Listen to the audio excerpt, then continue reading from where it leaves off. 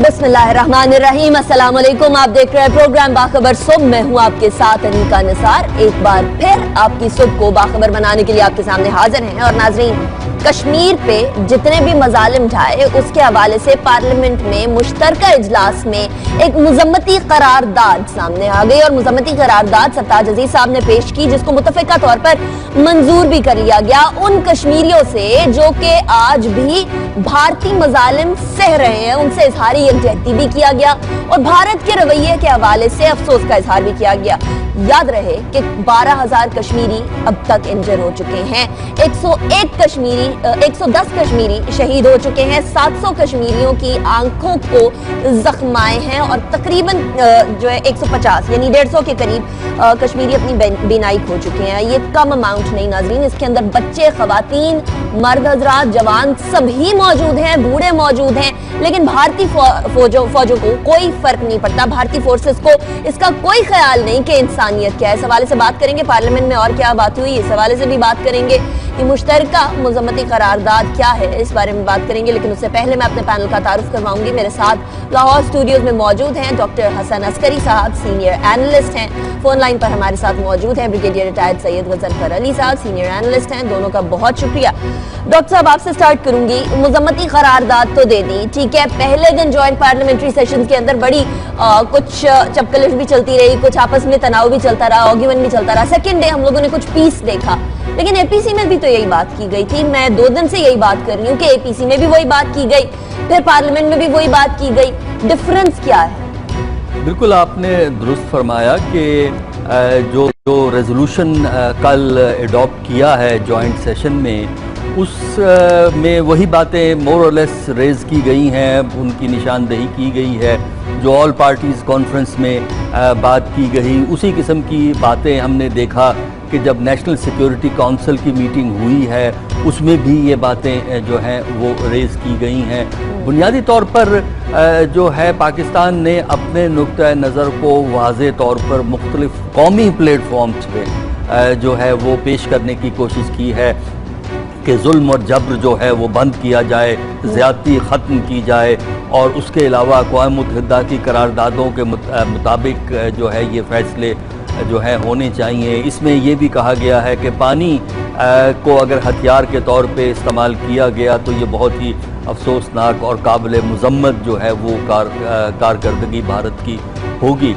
इसमें जो गौर करने वाली बात है कि मज़ामीन तो एक हैं, 2 किस्म के इश्यूज़ हैं जिस पे मेरा ख्याल गौर होना ज़रूरी है। पहला तो ये है अटेंडेंस का इशू।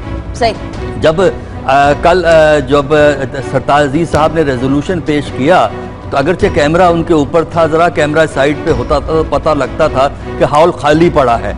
और जो इस सेशन में कल जो सेशन हुआ कल जो सेशन हुआ है उसके अंदर हमने ये देखा कि मैक्सिमम स्ट्रेंथ जो गई है वो 120 तक गई है, और मिनिमम स्ट्रेंथ जब ख़त्म हो रहा था उस वक्त ये 85 स्ट्रेंथ कही जाती है कि मौजूद थी। अब ये ख्याल रखिए कि ये जॉइंट सेशन था, सिर्फ नेशनल असेंबली या सेनेट नहीं थे बल्कि दोनों इकट्ठे बैठे हुए थे। इससे एक अदम दिलचस्पी मेंबरान की जाहिर होती है। और सबसे बड़ा जो हमने देखा है, ये आम मसला है हमारी पार्लियामेंट के दोनों हाउसेस का, खासकर नेशनल असेंबली का, और उसके अलावा प्रोविंशियल असेंबली में भी हम ये इसी किस्म का किस्सा देखते हैं।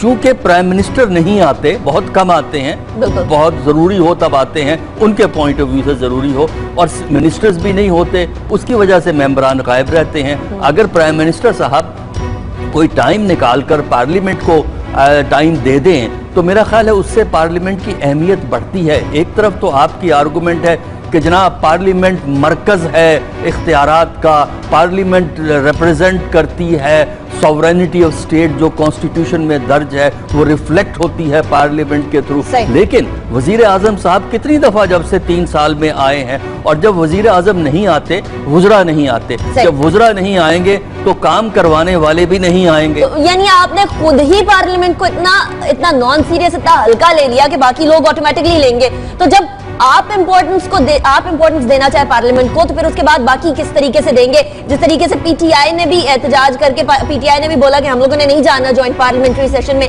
लेकिन इसकी इंपॉर्टेंस को कम करना एक टॉपिक की इंपॉर्टेंस को तो नहीं कम करता ना गजनफर साहब?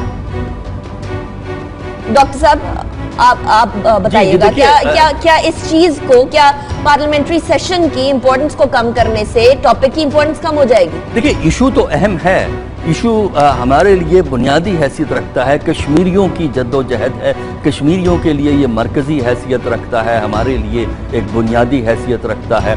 लेकिन देखिए, दूसरी जो इशू जिस पे यहाँ पे बात करने की ज़रूरत है वो ये है कि रेजोल्यूशंस पास हो गए, APC में हो गए, नेशनल सिक्योरिटी कमेटी में हो गए, जहाँ हो गए, अब इनके इम्प्लीमेंटेशन का चैलेंज है। वो है असल चैलेंज कि जो बातें कही गई हैं, जिन जज्बात का इजहार किया गया है, उन जज्बात को हम किस हद तक अमली शक्ल देंगे और बैनुल अक़वामी सतह पर इसको हम किस तरह यही क्वेश्चन मैं गजनफर साहब की तरफ भी लेकर जाऊंगी। गजनफर साहब, स्ट्रेंथ कम थी, नो डाउट, बहुत कम लोगों की प्रेजेंस थी वहां, और ये सही बात नहीं है, दुरुस्त तरीका नहीं है। एक जगह जमहूरियत का राग अलापा जाए, दूसरी जगह पार्लियामेंट में उतनी स्ट्रेंथ ही ना हो और उन जमातों की तरफ से भी ना हो जो इस चीज का राग अलापती हैं। लेकिन इससे जो इम्पोर्टेंस है मसले की, वो कम नहीं होती।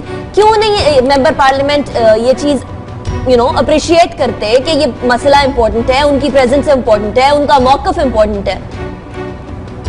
असल में बात जैसे आपने कहा ना कि तादाद की और उसके साथ साथ रेजोल्यूशन को पास करने की, अब जहाँ तक आपने दो चीज़ों का उससे पहले जिक्र किया जिसमें APC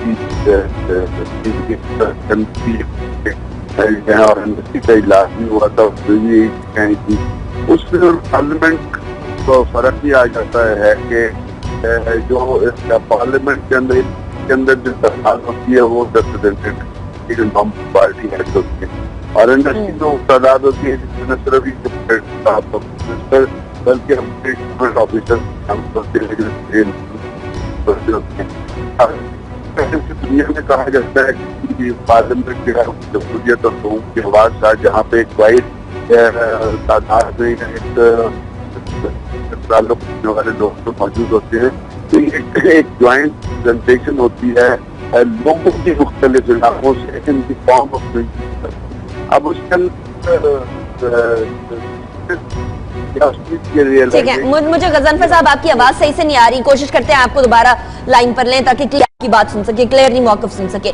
लेकिन दोबारा डॉक्टर साहब, कश्मीरियों के ऊपर जो मजालिम हो रहे हैं, इसके लिए हम लोगों ने डिफरेंट वफूद भी भेजे, मुख्तलिफ ममालिक में भेजे, और वो हमारा मौक़िफ़ बताने की कोशिश भी कर रहे हैं। बट यहाँ और कौन सी एक्टिव डिप्लोमेसी होनी चाहिए? इस जॉइंट पार्लियामेंट्री सेशन का मकसद तो पाकिस्तान को अपीज करना है, पाकिस्तानी अवाम को अपीज भी करना है ना एक तरह से, या एक सिंबॉलिक चीज है। असल मसला तो ये है बाकी ममालिक को हम किस तरीके से इस चीज पे कायल करें। देखिए, पार्लियामेंट के इजलास का रेजोल्यूशन जो है उसकी अहमियत तो है, क्योंकि वो एक नुमाइंदा जो है हाउस है, दोनों हाउसेस वहाँ बैठे हुए हैं, पूरे पाकिस्तान को रिप्रेजेंट करते हैं। लेकिन वो अलग बात है कि मेंबरान को और ख़ासकर हुकूमत वक्त को हाउस को ज़्यादा बेहतर तरीके से चलाना चाहिए। हुकूमत की जिम्मेदारी होती है हाउस चलाना। जहाँ तक कश्मीर के मसले को बैनुल अक़वामी सतह पर ले जाने का सवाल पैदा होता है, उसमें सबसे पहले तो हुकूमत को इस बात पे क्लियर होना ज़रूरी है, क्योंकि ये हुकूमत करती है ना काम, ये काम जो है फॉरेन ऑफिस का होता है, हमारी एम्बसीज़ का होता है, हमारे वज़ीर आज़म और दूसरे जो सीनियर वज़रा होते हैं उनका ये काम होता है मामला ले जाना। उसके लिए पहली चीज़ तो ये है कि आपके जहन में टारगेट्स क्लियर होने चाहिए कि आप क्या चीज़ बैनुल अक़वामी सतह पर इशू रेज करेंगे। और दूसरा जो चीज़ आपको जहन में रखनी होती है कि दुनिया में इस मसले को किस तरह देखा जा रहा है। उन सवालों का जवाब आप दीजिए जो कि बैनुल अक़वामी सतह पर जो लोग रेज करते हैं। अभी हमारे आजकल के अखबारों में चल रही है कि जो MNA राव अफजल फ्रांस गए और उन्होंने वहाँ प्रेजेंटेशन थिंक टैंक्स में की और उनको कुछ ऐसे सवाल आ गए जिससे वो परेशान हो गए, एक्सपेक्ट नहीं कर रहे थे कि इस किस्म के सवाल आएंगे। लेकिन असूल ये होता है कि जिस मुल्क में जाएं वहाँ के बारे में एक ब्रीफिंग आपको मिलनी चाहिए। अच्छा डॉक्टर साहब, यही मैं आपसे जानूंगी कि क्या करना चाहिए, किस तरीके से प्रिपरेशन करनी चाहिए। गजनफर साहब हमारे साथ फिर से लाइन पे है। गजनफर साहब, आप अपनी बात कर रहे थे, वो मुकम्मल कर लीजिएगा।